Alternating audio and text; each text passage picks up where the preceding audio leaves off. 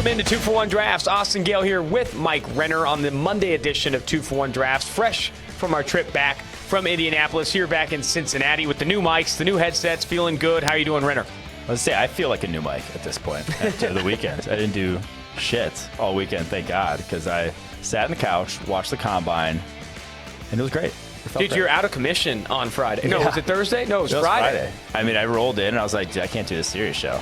I had a radio hit about 45 minutes before. My voice cracked no fewer than 3 times. I felt like I was 12 years old. I was talking to Solomon Wilcott's colleague here at just smoked a PFF, bag of former cigarettes. Cincinnati Bengal. Great on the radio, by the way. He has such a good radio voice. He was telling me, hey, I got some remedies for Renner when he's ready to help him keep a voice through a full week. So he said to me, late tonight, like 9 o'clock, 10 o'clock. Is he going to be massaging my throat? Potentially. He didn't mention that, but it definitely wasn't out of the question. All right, let's dive into this.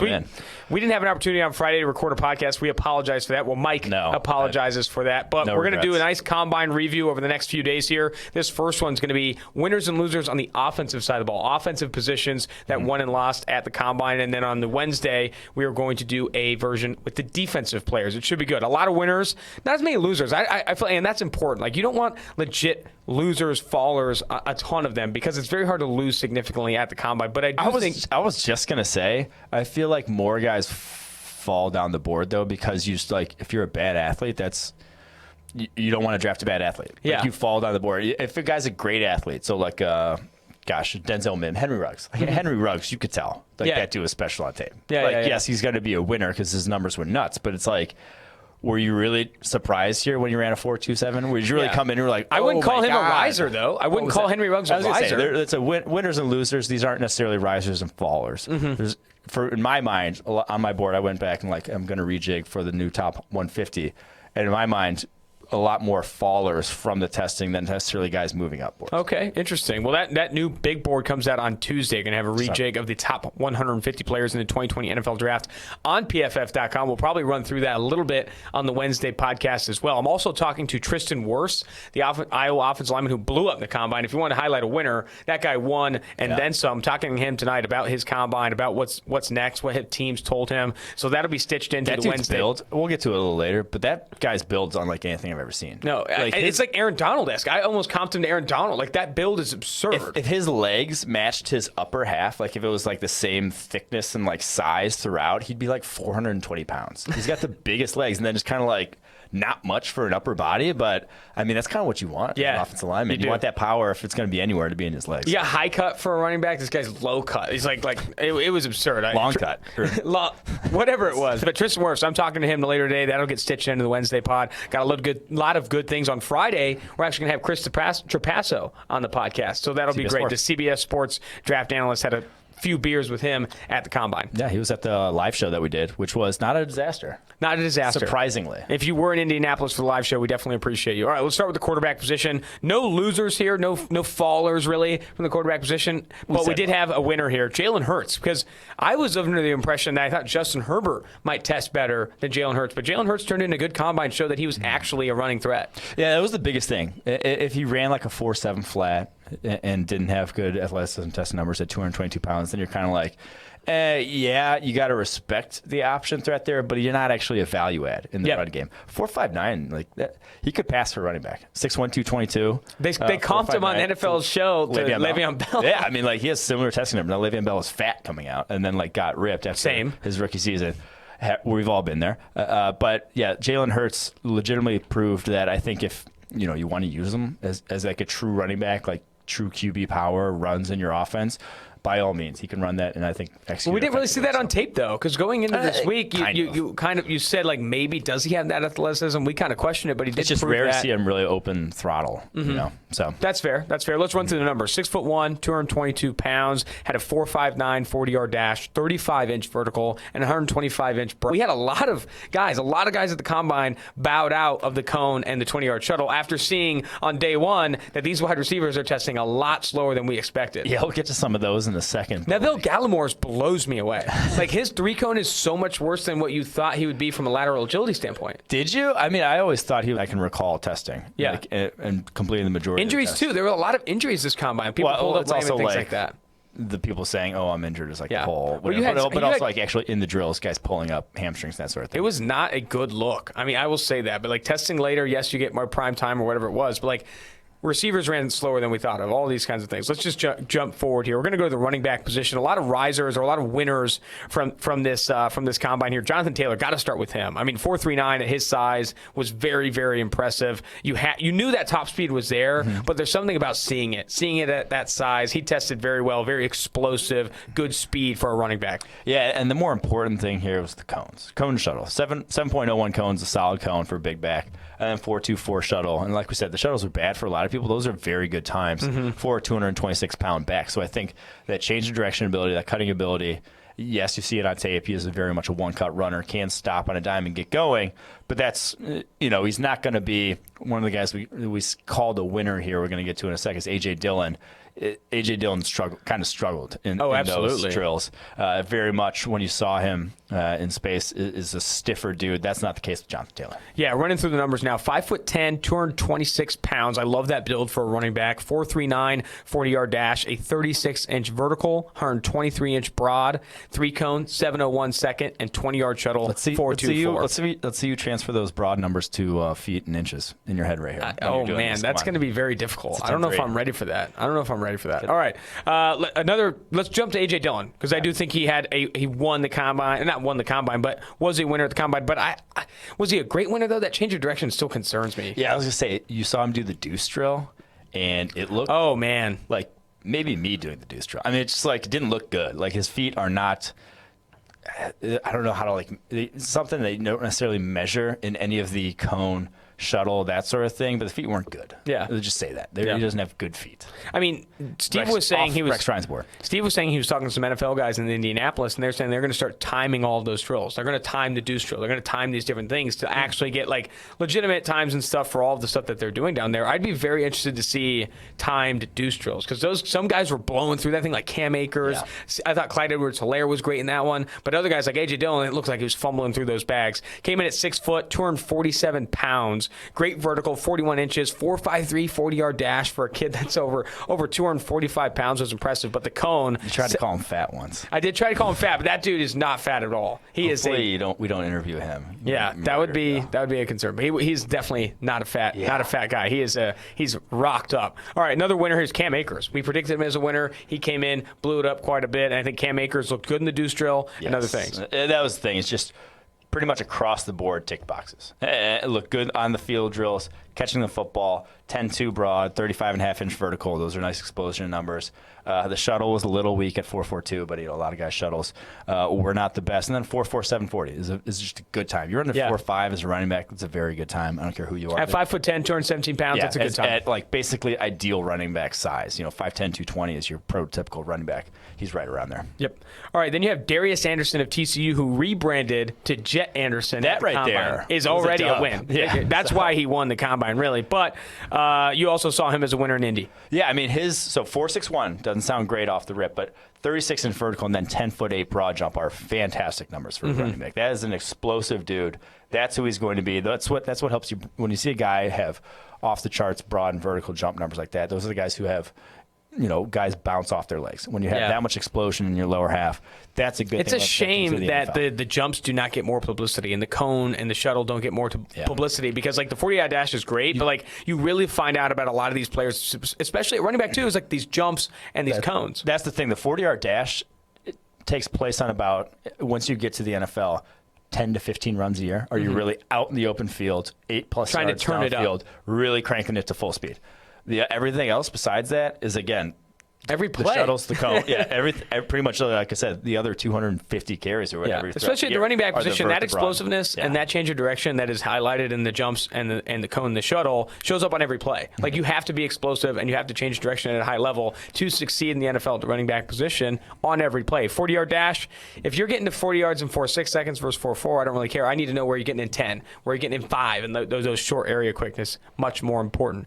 All right, last guy, Antonio Gibson, not listed at the running backs, did not run with the running backs, but 226 pounds, 4.39 40. We knew this guy was special, but he really proved it. Put an exclamation point on his evaluation. He got lost. because he tested with the wide receivers. He should have tested with the running backs because he would have been that storyline. You have to think NFL teams are smarter than that, though. Like, to get lost. Like, he's not going to get lost. Like, no, I'm just saying, like, lost in the hype. Yes, lost in the hype. For his Instagram followers. He would have gotten way more had he gone Saturday night. And that's a fact. So 4.39, again, like, wide receivers, there's a bunch that are going to run faster than 4.39, but none of them were 228 pounds running faster than 4.39. Oh, yeah, I said 226, 228, 6 foot. I mean, 4.39, that is just ridiculous. And that nearly a 10-foot broad and a 35-inch vertical, like, those are stupid numbers. Mm-hmm. This guy, sleep no longer. He should be. He was. And we've talked about him before. The tape shows an unpolished route runner that would struggle to be a receiver at the next level. Exactly. But if you get him involved in the backfield, and he was listed as a running back at the Senior Bowl. He was listed as a running back at the Senior Bowl. He can catch the football well.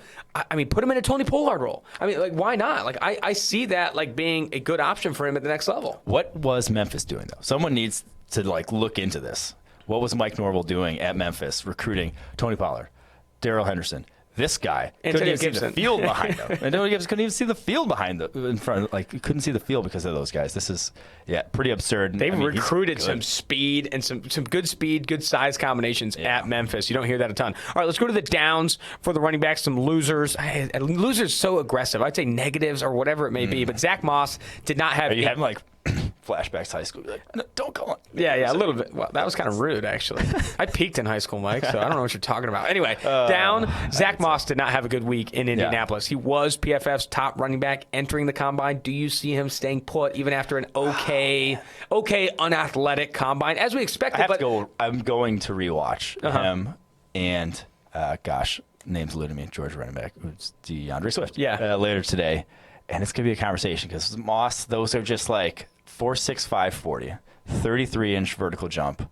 Didn't do broad, didn't do 3-cone. Which, like, if you don't do the 3-cone, but you do the shuttle, I don't know why people do that, but like 4.37 shuttle is not encouraging. That was bad either. Now he's a bigger back. So when I saw the 4.65 40-yard dash, I was like, oh man, that's not good. But I think his cone and shuttle will be good. And then you see the shuttle, like, oh man. And then so I saw this. I didn't expect him to test well. A lot of his game is on balance, like it's like staying up. But again, these are numbers that you just can't. You really struggle to be happy with. No, 5'9", 223 is a horse though. I mean, it's a big dude, and you don't see a lot of dudes that squatty at the running back position. That gets a lot. And that speaks to the balance too. He's built low to the ground. Built low to the ground, but like you would have liked at least like a vert or a broad to be like, oh, okay, like this will translate well to the next level because I mean, it's just different once you get to the NFL. Once you get against better competition. That tackle you may have broken by a little bit in college, you don't break once you get to the NFL. So I don't know. I'm gonna have to go back and watch. Like I said, he may be falling off the RB1 spot. Yeah. Not that. I mean, Jonathan Taylor's tape is good too. I mean, there's good Jonathan Taylor tape too. Yeah. I'm not round one tape. I think there's people saying he could be in the round one conversation. But there is good day two tape on Jonathan Taylor for sure, and he tested really well. The comp on Player Profiler right now is Ezekiel Elliott, which I don't even know if it's good. Like you want to be better than Ezekiel Elliott at the next level. Anyway, Javon Leake of Maryland is another running back that tagged as a loser in this podcast. 6 foot, 215 pounds, just a 4.65 40-yard dash, no cone, no shuttle. So he was the backup to Anthony McFarland at Maryland. Averaged over 8 yards a carry on like 147 carries in his career. So he was kind of like limited time, but when he was in the field, it was dope, and he had a lot of big plays. But 4.65, and he just looked like he had never caught a ball when he got to the on-field drills. Yikes. Which is just as valuable. Like, if you just look out of place there, you stick out pretty quick. You know who didn't look like they know how to catch a ball was that guy who got domed in the mouth. The USF, Mitchell Wilcox. The tight end, yeah. So he gets hit in the teeth. Okay, and it's not a great start. You hate to see that. Didn't listen to directions because he looked the other way, whatever. Then after that, bobble. Just bobble after bobble. I mean, to be fair, he was probably pretty dazed and confused, but that was such a tough start. And it's funny, but also at the same time, like, that's part of it. That's part of it. Like, hey, look this way when you start the gauntlet drill. That's actually reminds me. I went to a showcase in high school. This is a baseball story, but like the first thing I thought of was I went to this baseball showcase in high school, and it's a drill. As an outfielder, you pick it up on your left, you got to do the crow hop, and then you throw to third base, and then on the first one, then you throw to home.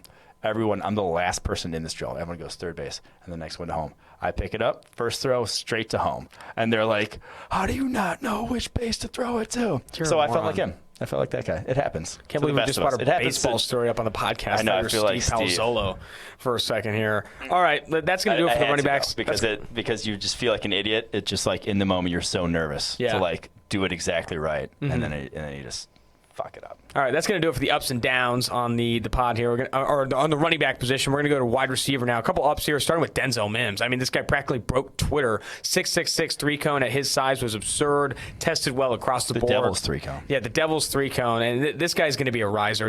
I had him in the first round, number 30, the Green Bay Packers, in the latest mock draft before the Combine. You had him at 30 in a mock draft.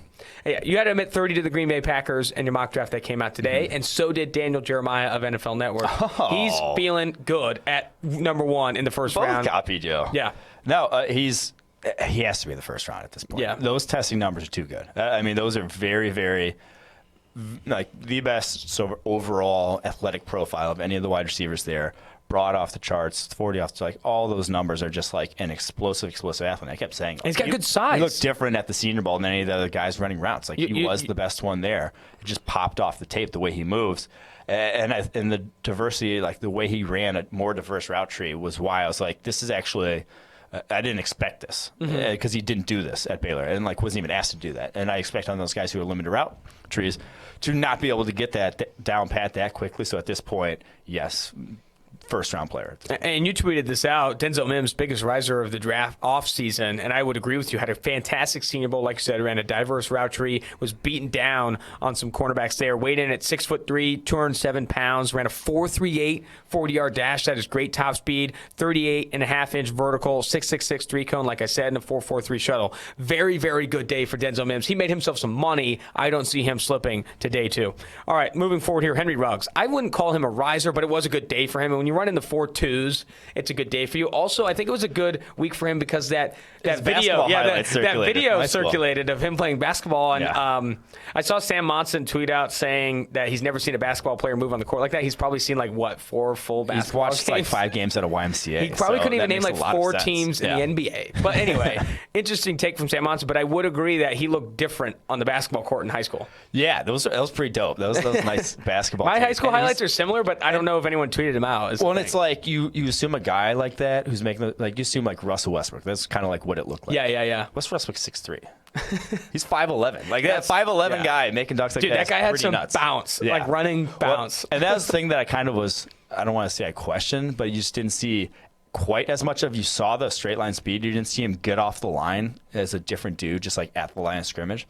But a 42-inch vertical and a 10-11 broad jump means he can get he has that in him to do that explosiveness. And so I think Denzel Mims was so busy blowing people away from an expectation standpoint, but Henry Ruggs had a day. 5'11", 188 pounds, 4.27 40, 42-inch explosiveness and then some. I was gonna say if Antonio Gibson tested on Saturday, maybe his high school basketball tape. True, I bet you his is actually pretty fine. Yeah. All right, moving forward here, we're gonna go and touch on Justin Jefferson. I mean, people did not expect him to run in the 4.4s. He ends up clocking a 4.43 for his time there at 6'3". I'm missing here. 6'1", 202 pounds, ran a 4.43 40-yard dash. Good vertical too, 37.5 inches. Did not participate in the cone or shuttle, but that 4.43 is what he needed. People had question marks about his top speed. He answered those. However, he is a big riser, and everyone we talked to, and I'm not exaggerating, everyone we talked to was like, yeah, I really like Justin Jefferson. And we even have Zach Robinson's a big fan. I mean, well, you can't give out trade secrets. Yeah, that's true. But you had a lot of people liking Justin Jefferson. Yeah, and again, another guy I got to go back and watch tape on. And I'm not sure I'm ever going to get completely on board with, hey, draft this guy over guys you've seen do it. Yeah. Just because of how impactful getting off press is, how much being able to run routes with contact and on the outside, how much more valuable that is than slot production. But you can't argue with the ball skills. No. You can't argue with, his ability after the catch is pretty nice. His ability to sell routes from the slot. That's where I get more and more on board with when being this top receiver is where you bring up the creativity and him being able to sell routes. Because he runs routes well despite not being the level of separator that these other guys are. And I think I can get on board with it more and more as you bring that up. Loose. Yeah, he's got a loose and deceptive. Yeah. I think you've run into a handful of those types. All right, we're going to go to the downs here on the receivers. But again, to tie a bow on Justin Jefferson, I think he's getting a lot of buzz from the right people in Indianapolis, winning the first round of your latest mock draft, first round of Daniel Jeremiah's latest mock draft. I think you're starting to think to the Eagles and his. Yeah, you're starting to think about him as a first-round player. You cannot get enough good things about him. Ran a good 40-yard time. I feel good about Justin Jefferson coming up boards. Going to the downs here. Jerry Jeudy. I mean, that shuttle, that 3-cone, it was just not good change of direction for Jerry Jeudy. Yeah, he's just not a power. He's not going to, if you make contact with him, he's not really going to run through tackles. Like, the guy's not going to be on him, and then he's going to break away from him with a stiff arm or something. Like, he's going to have to make you miss completely. Weighed in at 6'1", 193 pounds, had a 4.45 40-yard dash, which is good, but you expected this guy to maybe break into the 4.3s, especially at his weight. Only had a 35-inch vertical, 120-inch broad, and did not participate in the cone. A 4.53 shuttle, though, is ugly. That is just disgusting. That's like, someone said it was like third percentile for wide receivers all time, which is wild to me. Yeah, that you would, because it looks like the tape shows this guy can change direction well, and he's an athlete. I don't know if you want to blame the testing being at night, whatever it may be, but it was not a good testing day for Jerry Jeudy on Thursday. Maybe he got cursed after he had the Star of David and said his name was Jew. Come on. I don't know. Stop. I don't know how that stuff works. Just stop. Anyway, so with Jerry Jeudy, this is the question that everyone wants to know. He's dropping. He's down. He's a faller, a loser from the combine. How far does he go? He doesn't in the first move round? A bit. Down. Really? Yeah. You still see him as a top 10 player in this class? Yeah. Yeah. Well, and where do you think his floor is in the first round in the mock drafts here?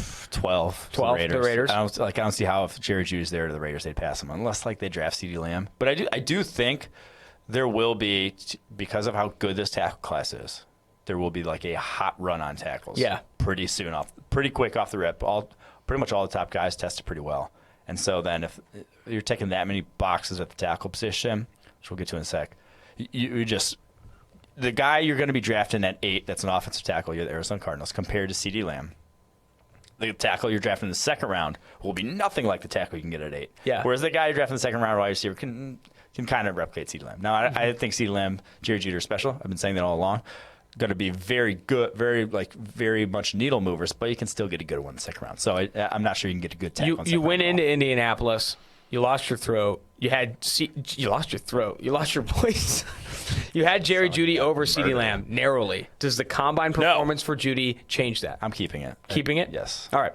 Other faller here was one of your guys. This guy better be falling in the first round. I was never in love with the tape, but I did buy into the fact that he was great at forcing missed tackles after the catch and things like that. I also loved him as an interview. I talked to him for about 10 minutes. He's a super personable guy. Juwan Jennings of Tennessee had an absolutely atrocious combine. This was honestly surprising in ways I did not expect. I didn't think he was going to run fast. He runs a 4.72 at 6'3", 215 pounds. And then this is the killer.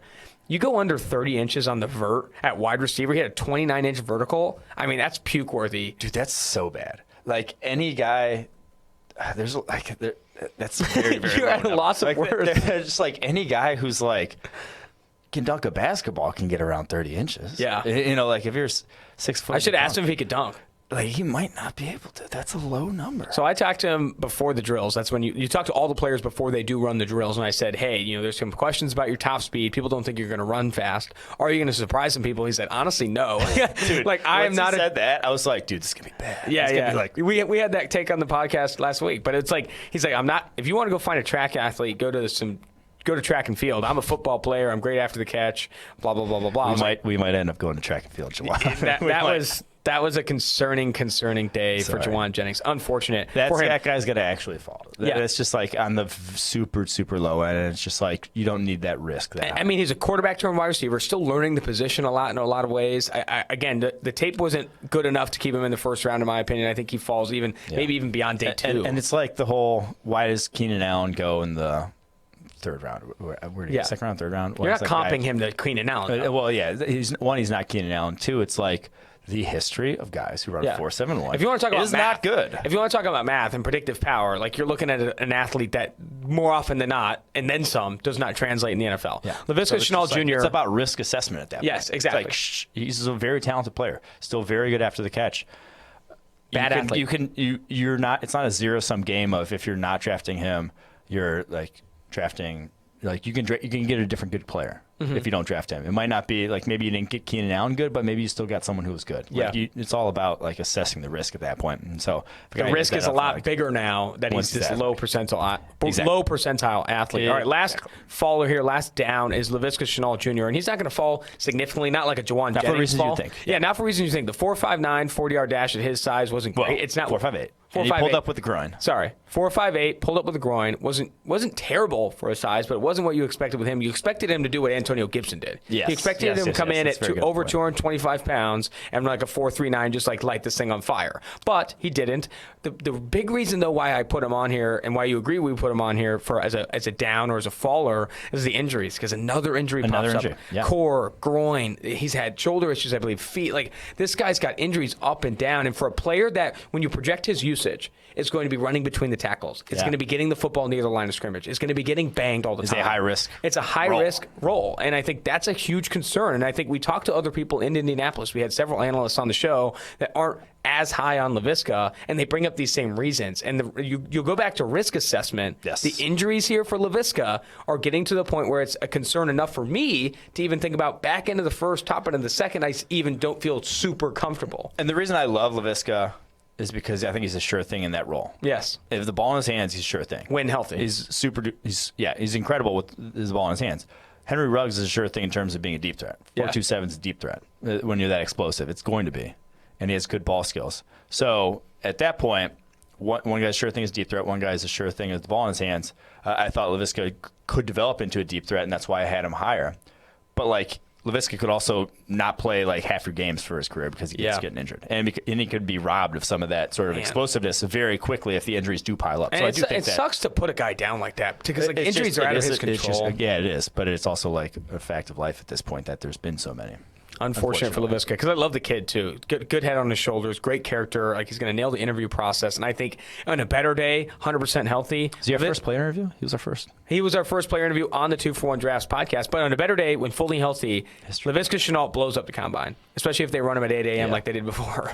But Laviska turned into bad combine. And now we're not even going to see a pro day because he's going to be hurt for it. Man, that is unfortunate for him. All right, tight ends here. Let's move a little bit quicker. Tight ends, some ups here. Chase Claypool. I mean, he's in the tight ends for us. I talked to him. I was like, so you're buying into this tight end thing. You put on 9 pounds between the Senior Bowl and the combine. He said, no, I accidentally drank a lot of water. I want to play a versatile role, big slot receiver, maybe even some outside. And then he tests through the roof. Yeah. You have him in tight end here. Where do you see Chase Claypool? That's where I see him. Okay, go. Yeah. Give me elaborate. I mean, I think you have to play that guy. Like the whole big slot doesn't force the defense into heavier personnel. If you treat this guy as a tight end, if you teach him to block in line and actually use him in that role, and he gets respectable enough, sort of like an Evan Ingram, you can then all of a sudden call him a tight end, and that's when like the difference is then he gets matched up against a safety instead of a slot cornerback. Mm-hmm. He gets matched up against someone that's a favorable matchup instead of what hasn't necessarily been over the course of his career. To go to his combine, 6'4", 238 pounds, and came with a 4.42 40-yard dash, which is very impressive for a player of his size, and he had a 40.5-inch vertical. I mean, explosive, good speed, like it's absurd size. I'm still with you though. Teach this guy to block in line. If you want to play him in the slot sometimes, that's fine. Like, I'm fine with that. But, teach him to block in line so that way when defensive personnels account for him, they count for him as a tight end. Yeah. They account for him in that way so that way he is going against linebackers. He is going against safeties rather than slot corners because that's the better matchup. It's not, he can actually play outside receiver. No, that doesn't give you a significant advantage over actually playing him in the slot or even at tight end. All right. Albert Okui-Bunam also had a fantastic combine. Really, he mic dropped it. One drill. He knew he was going to blaze a 41.449. Yeah, I mean that's all he did. And I got ripped. I don't know if you saw this on Twitter. If you do follow 2-for-1 Drafts, I went on a Missouri radio station. I don't think he's going to test well. I don't think he's athletic. He proved me wrong a little bit. But I will say this: I didn't run into a single person there that thought he was going to test that well. No, and I agree. Dude I went back and watched all of his targets. But he was just a straight line kind of player. That's why he didn't do any of those drills. He struggles to run routes. I went back and watched all of his targets. He never turned on the jets. They rarely ever turned on the jets. They asked him to run a lot at the intermediate level. He kind of looked like he was finding space more than he was trying to beat opposition. I think with him again, yes, he has that straight line speed, and I think it's interesting. But how much are you actually going to move him up just based off a 40-yard dash? Some you can win at tight end with speed. Mm-hmm. If drag routes, vertical seams, that sort of thing. Like I was saying with Noah Fant, like if you're that level of fast, you can just beat a linebacker across the, across the field. You can do stuff with that, especially if it's your tight end, too. I think that's very much moving him up some boards. All right, Cole Kmet also had a good combine there in Indy. Notre Dame guy, Golden Domer. If you haven't listened to the Brady Quinn, Mike Renner show, it's a new podcast, and it's on our podcast for some reason. From last week, you should. I was definitely on the outside looking in. Very good podcast. They love every Notre Dame guy there at the combine, but Cole Kmet actually turned in a good performance. Yeah, 4.7 at 260. It was a ton of slow 40s for the tight ends, and he runs a 4.7 at 262. Like 262. It's a good time for him. Really good time. Big ass dude. He's saying he was going to get up to 270, which why? But 4.7s can still move at that weight, and he's more of the. I was saying Jerry Jeudy's not going to shrug a guy off him. Pretty much all of Cole Kmet's missed tackles, broken tackles over the course of his career is him shrugging guys off him. The Gronk special sort of. So that's who he's going to be at the next level, and to then jump 37 inches, powerful dude, explosive dude at that weight. All right, we're going to move forward to some of the downs at tight end. It was a slow. We'll get through these quicker. Yeah, it was a slow group, slow, unathletic tight end group. Hunter Bryant, oh my gosh. It was not a good combine for him. We did not expect Hunter Bryant to run that slow. We thought he could have been a low 4.4s guy. Yeah, I think he put on some bad weight there. Because, like I said, listed at 240. Didn't look quite 240, but then comes in at 248. He's like, I want to be, Mr. Inline tight end. Then blazes, in quotation marks, a 4.7 440, which is just I tweeted it before the combine. If you're not under 4.7 the tight end position, it's not going to be dynamic. It's just tough. If you're not outrunning linebackers, I don't know if that's you're not going to get open. I just don't know how representative the 4.74 is of his tape, though. There are times where you think he can turn it on, where he can be fast. I think he's smooth. I mean, the 7.08 cone is good at that size. He's smooth, but the 4.74 is, I don't know. I think is he still tight end one on PFF's board? That one's going to be. It's up for debate still. Check in tomorrow for the Tuesday update. You will find out. But I mean, Hunter Bryant, not a good combine for him. Whether he put on bad weight, whether it was from the late testing, whatever it was not what we expected. Harrison Bryant also did not. I think even worse for Harrison Bryant. Yes, I mean he's now in bottom 5 percentile athlete at the position. He didn't hit every single drill he did. So 4.7 340, 13 bench reps, 32.5 inch vert, 110 inch broad. I couldn't do it quick enough in my head.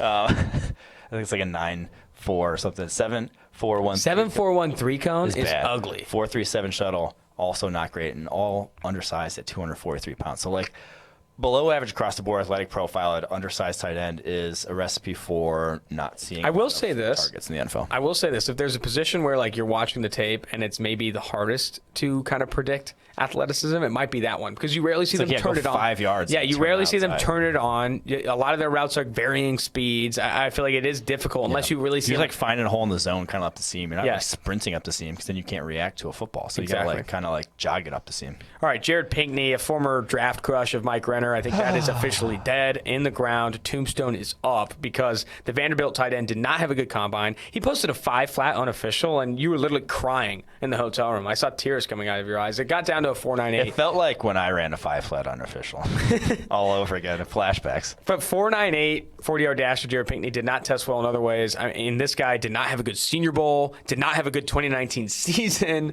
It's getting to the point where we're talking about Jared Pinkney even as a day 3 option is a bit rich. He had such a weird build, too. It was he was built like Tristan Wirfs.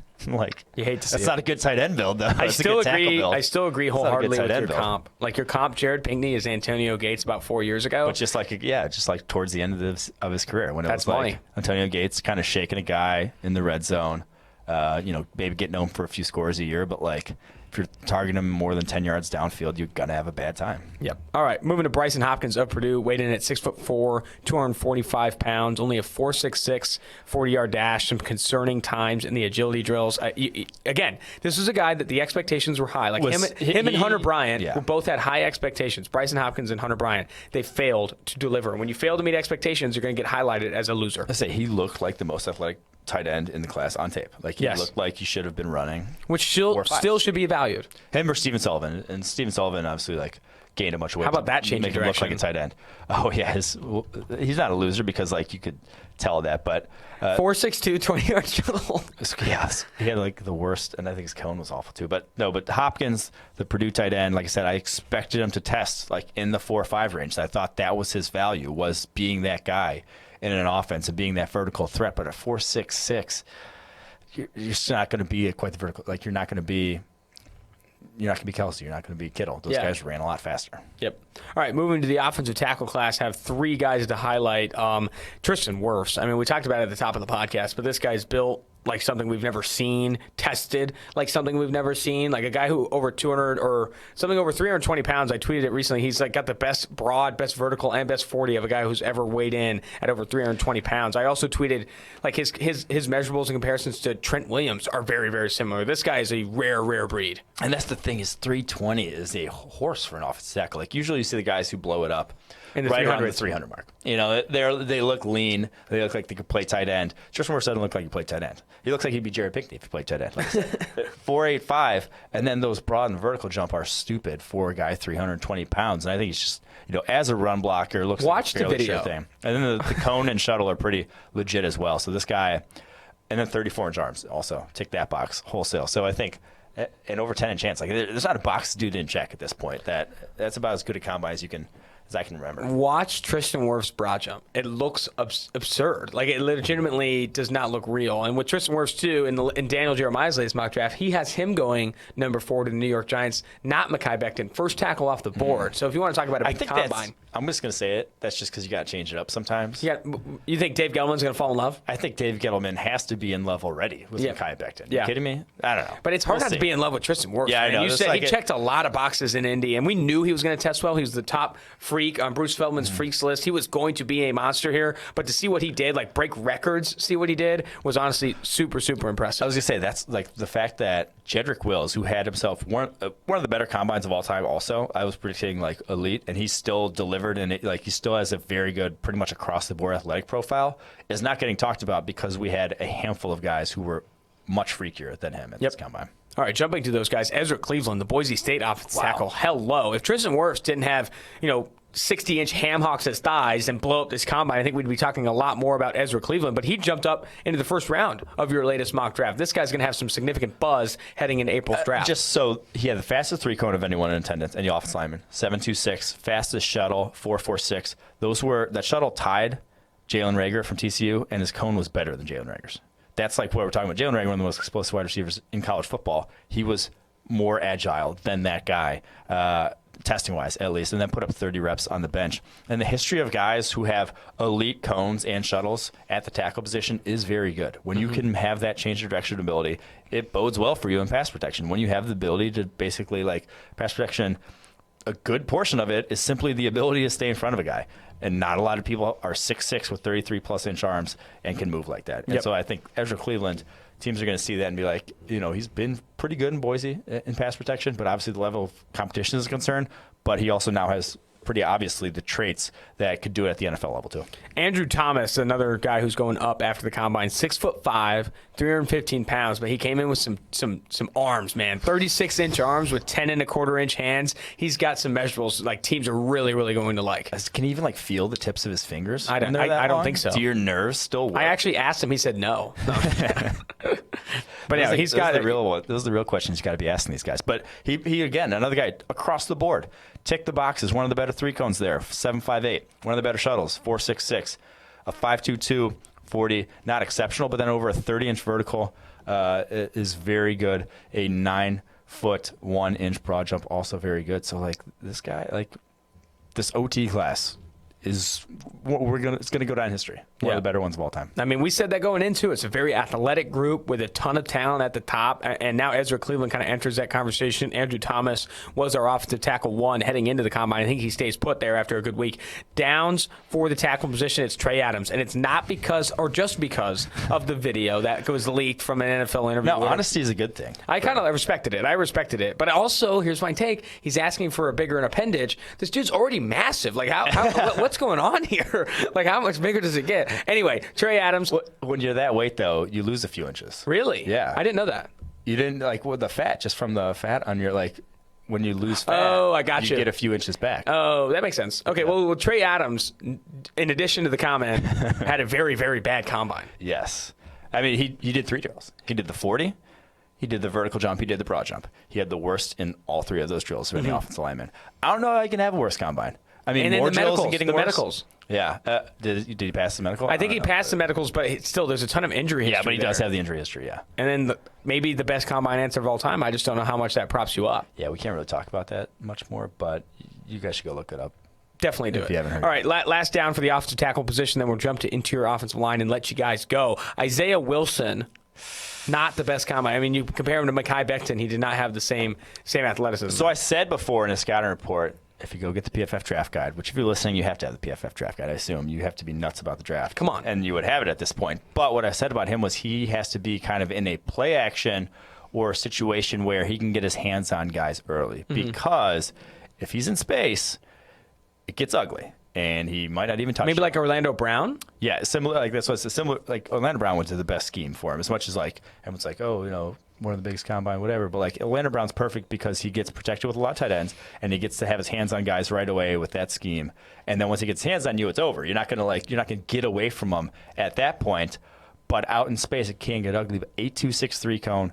One of the worst times there. 5.07 shuttle. Over 8 and over 5 is a bad combination. Not a lot of guys have success at tackle with that combination of cone and shuttle. You just hate to see that. All right, interior. He looked crazy. Like this dude is, for 350 pounds, he might have been physically, just how he was built, more impressive looking than Mekhi Becton. Like, the guy was, it did not deepest look like voice too. Oh my God. That voice was absurd. It commanded a room there. That voice, it sounded fake. Like I don't know. I didn't know you could get that deep of a voice. But also, he just if he probably didn't look like he could have lost 20 to 30 pounds. Like it didn't look like he had that much on him. Oh, really? Wow. Yeah. All right, interior offensive line. Let's blow through these here. First, Matt Hennessy and Danny Pinter. Both of those guys going up after a good week. He could scoot, man. Hennessy, the Temple center. He looked really smooth in the on-field drills. Had a really nice cone, really nice shuttle. He actually, I think, had the second best behind Ezra Cleveland of all the guys in the draft that tested in both of those drills. So that's good for him. Those movement skills at center, zone kind of center, I think will serve him well.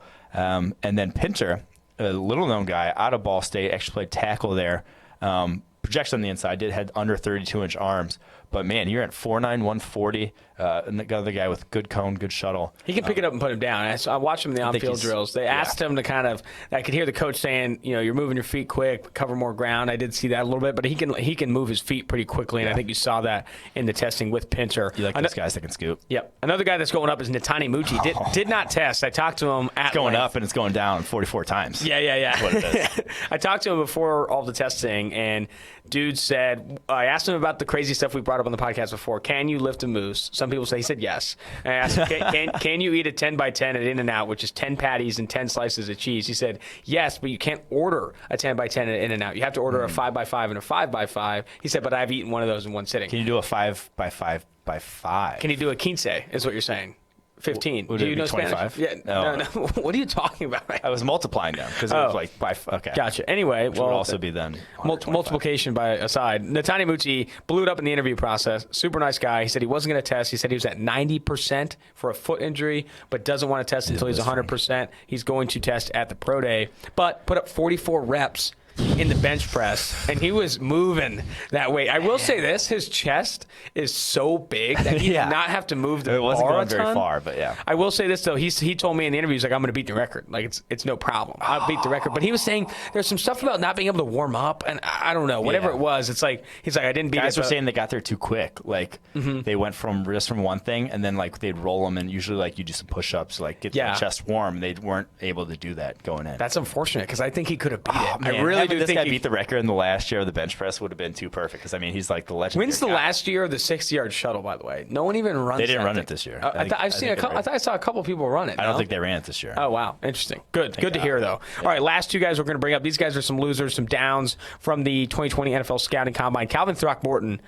Oh man, he's not an athlete. He's not a very athletic. And just not an athlete. He's like one of the worst athletes to ever test out the comp. It was just all around. Everything he did was bad. Yeah, it was unfortunate for him. But I mean, he has the production's good. He's played a ton. Yeah. If you want to get back into that, he's got a lot of experience. But I think what that means is he's a center because center is probably the position where athleticism matters the least, depending on your scheme. But good athleticism is great at that position. I mean, it can help you depending on your scheme. If you're going to get your center out on the move a lot, but if your center is going to be head up blocking a nose tackle a lot, might as well have him in. That could be Throckmorton. Yeah, he's got a great last name too. If you're going to name scout, you might as well start him. All right, Tyre Phillips, the Mississippi State guy, did not have a good week either. Yeah, another guy where you could tell he was kind of limited change of direction-wise, but, like, the testing went real bad. Didn't even hit 8 feet in the broad jump, 25-inch vertical. That's like standing on your tiptoes when you're that big. 8.173 cone and a 5.11 shuttle. Yikes. Yeah. Numbers. Although that's not the worst vertical I've seen at the combine. I think Jeff Schwartz actually had a worse vertical. He did like 22 something, but there was an offensive lineman from Florida State 4 years ago whose name is now escaping me, who did 19 and a half. Oh, man. Which I honestly think when you're like a 6'5" guy, that might be your shoe size. And like that might just be like raising your tiptoes when like you do a flat foot and then they can get up there. I don't know. And then like extending your like shoulder out of your scapula. So don't draft the guys with the 19 and a half inch verticals. That is bad.